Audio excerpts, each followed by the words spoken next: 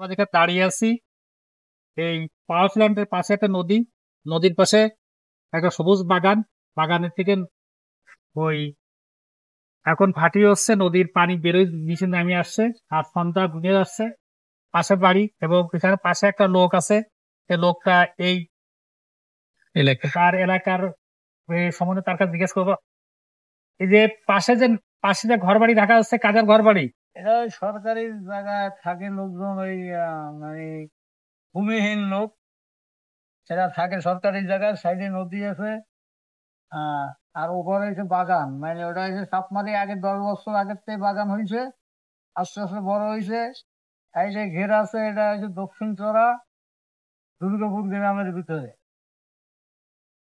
সমাজসেবী তিনি ভাষ্য মতো বোঝা যাচ্ছে যে এই এই পাশে নদীর পাশে যে জায়গাগুলো সরকারি খাস জমি, এই খাস জমির উপর বসত বাড়ি গড়ে উঠেছে।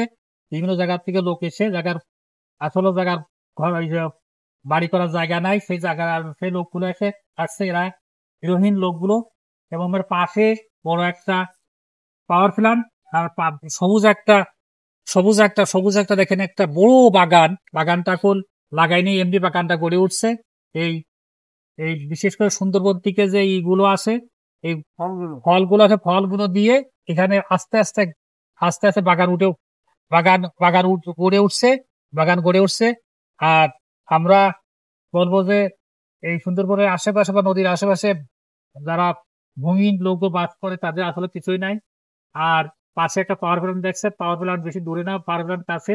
পাশে একটা পাশে একটা দেখে যাচ্ছে ঘের, বড় একটা ঘের, ঘেরে প্রচুর মাছ পাওয়া যায়, বা এখানকার প্রধান কাজ হচ্ছে মাছ।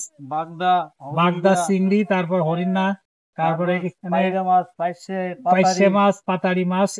এবং আর বিভিন্ন ধরনের সাদা পাশে মাছ দেখা পাওয়া যাচ্ছে যে যায়। এই পানিগুলো এখন ঢকবে, এই পানিগুলোতে এখন পানিগুলো মিষ্টি পানি আছে, পানিগুলো দিয়ে এখানে কি করবে, মাছের চাষ। মাছের চাষ করবে।